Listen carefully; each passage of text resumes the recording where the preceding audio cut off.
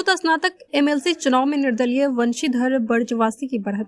तिरहुत स्नातक एमएलसी चुनाव में मतगणना के 9वें चक्र के बाद निर्दलीय प्रत्याशी और शिक्षक नेता निर्दलीय वंशीधर बर्जवासी बढ़त बनाते हुए दिख रहे हैं। तिरहुत स्नातक निर्वाचन क्षेत्र के मतदाताओं ने इस बार दलीय राजनीति को नकारते हुए एकजुट होकर स्वतंत्र उम्मीदवार वंशीधर बर्जवासी को समर्थन दिया है।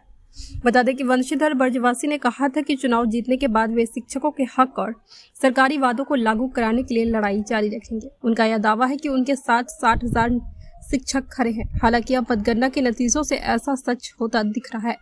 वंशीधर बर्जवासी के समर्थन में संगठित शिक्षकों और स्नातकों की एकजुटता ने इस चुनाव में नए समीकरण गढ़ दिए हैं। मैं शिक्षक सीट पर मैं तो कभी चुनाव लड़ा नहीं हूँ। हम चुनाव लड़ने के नहीं कभी नहीं, हमारी कोई चुनाव की कभी तैयारी नहीं रही है। हम तो शिक्षक थे, हम चुनाव कैसे लड़ते। अगर मुझे बर्खास्त नहीं किया गया होता, सरकार ने मुझे बर्खास्त करके शिक्षकों की आवाज़ को दबाने की जो नाकाम कोशिश की, उसका हिसाब करने के लिए शिक्षकों ने मुझे कैंडिडेट बनाया है। मैं अपने से तो चुनाव लड़ नहीं रहा हूँ। हमारा जो चुनाव है यह शिक्षकों का निर्णय है और शिक्षकों का संघर्ष है। यह अन्य पार्टियों के लिए चुनाव इलेक्शन हो सकता है, शिक्षकों के लिए संघर्ष।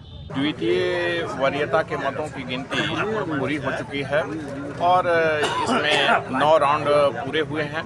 9 राउंड पूरे होने के उपरांत जो मतों की स्थिति रही है उसमें निर्दलीय प्रत्याशी वंशीधर बर्जवासी अपने निकटतम प्रतिद्वंदी जनसुराज पार्टी के डॉक्टर विनायक गौतम से 10,536 मतों के अंतर से आगे हैं।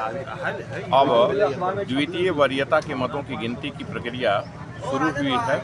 निर्वाचन आयोग के जो प्रक्रिया है, जो प्रावधान है मतों की गिनती के लिए, जो दिशा निर्देश हैं, उसका अनुपालन किए जा रहे हैं और उसके तहत द्वितीय वरीयता के मतों की गिनती की प्रक्रिया जस्ट शुरू हो चुकी है और जैसे जैसे प्रगति आएगी मतों की गिनती में, वैसे वैसे आप सबों को अपडेट किए जाएंगे।